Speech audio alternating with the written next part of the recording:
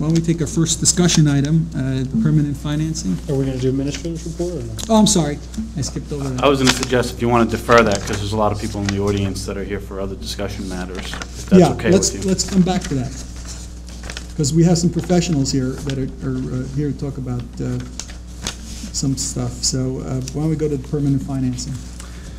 Yes, I had, if you recall, way back in the fall of last year, we had talked about the debt that we have, and we had made a time frame of February to refinance or go to permanent financing. Mr. Collins was involved in a lot of it. We're kind of up on that time frame now. I've provided a spreadsheet of the proposed bond sale, and also the schedules that were supplied to me by our auditor, Sam Klein, as to exactly where we may want to go into a repayment schedule on. I do anticipate that once we make a decision on that next meeting, the bond counsel will be here to go over exactly the procedure and the process once he's able to prepare the documents, once the decision's made on the payment schedules. Our auditors are here, Joe Facone and Mike McGuire. If you like, they can certainly speak to this matter. Yeah, sure. Well, is this document that we got tonight, Kevin, is this something they had a hand in drafting? Say it again, I'm sorry? This document we got here, it's the, I guess the amortization schedules.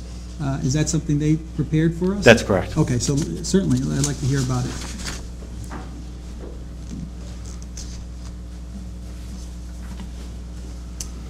Thank you for coming, gentlemen. Good evening, thank you. Sure, Yeah, of course. I was going to suggest it might be easy. As long as you guys speak into the microphone, we should be fine back there.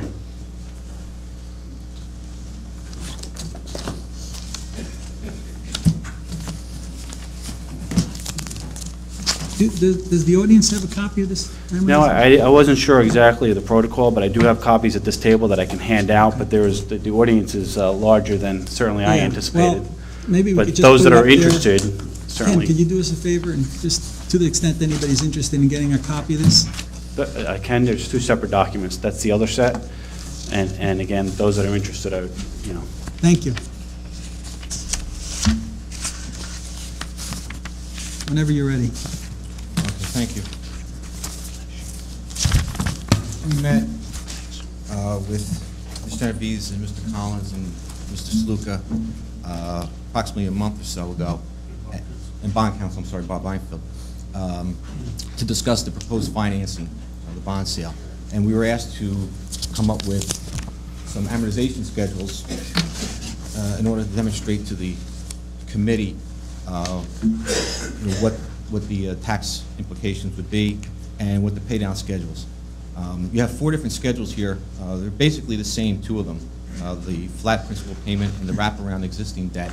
They're just different interest rates to give you a better idea of what is out there, what the market's looking like. If I could interrupt, Mike, too. Basically, the interest rates that we projected here were the rates were a month ago when Bob Einfeld schedule.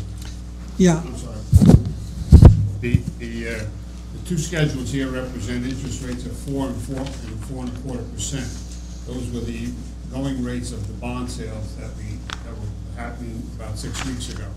The 2 schedules that Mike has prepared and presented here, one is level principal, and one is, like he said, the wraparound. There's certain parameters within the wraparound that you cannot exceed. So these are not you can do other schedules, is what I'm getting at. But to do other schedules may require an application to local finance board because they would be what they call non-conforming schedules. Non-conforming, sure. In other words, for example, if you start off like with the one schedule that's not the non-level of $200,000, you cannot amortize principal in excess of $400,000. So when you got X number of dollars in its useful life period, you've got a parameter that you've got to adhere to. If you wanted to start off with, like, say, $25,000 and go to $500,000 or $600,000 or $700,000, that's permissible only with an application to local finance board and their approval. So basically, the 2 schedules that we have here are conforming schedules that will not require an application to local finance board. I heard a question in the audience. I'm sorry, they were all given out.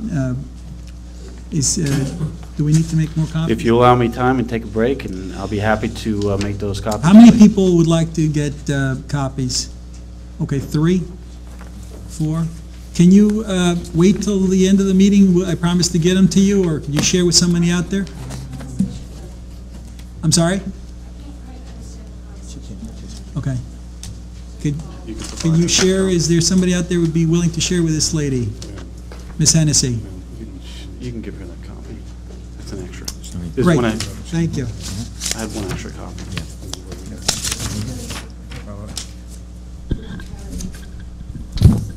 Thank you. Maybe Mike could have one and you could use one, Joe. Just maybe Beautiful. put one right in front of Mike you. right here. Take it. Thank you. Okay. All right, now, does everybody have or is sharing a copy that,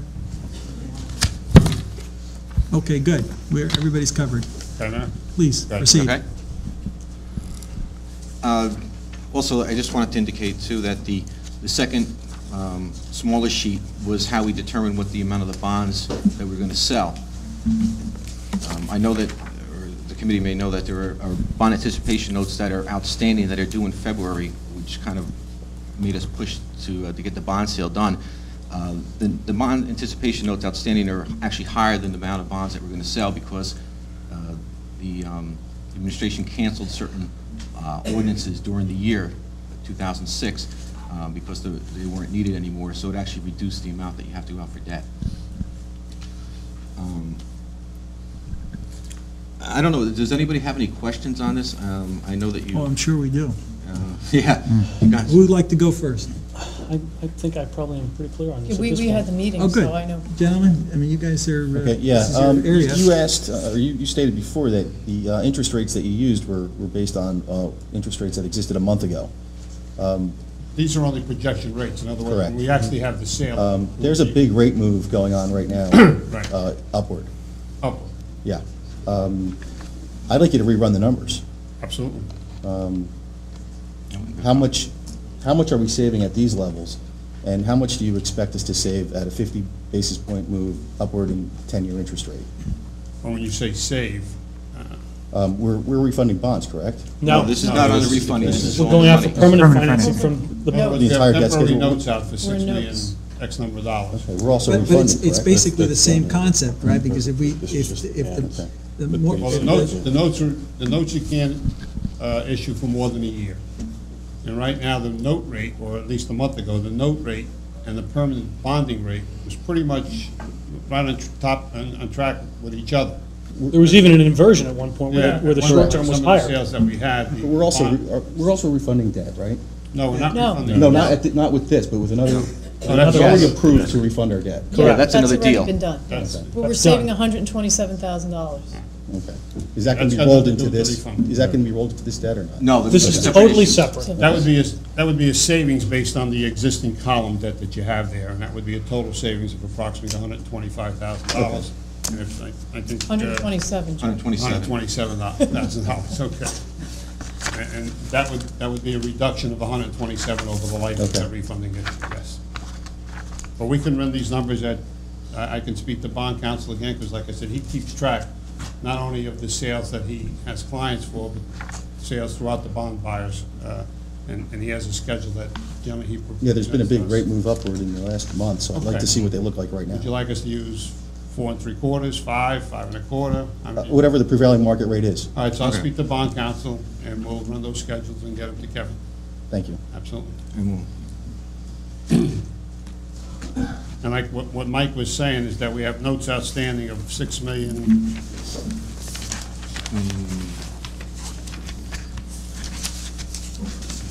$6,622,000 is what the outstanding notes are.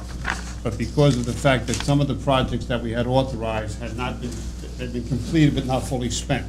So that money was canceled. So therefore, when we go to permanent financing, we won't have to finance that, obviously, which we haven't spent. So we cancel those. That reduces down the amount that we have to borrow to $6,450,000.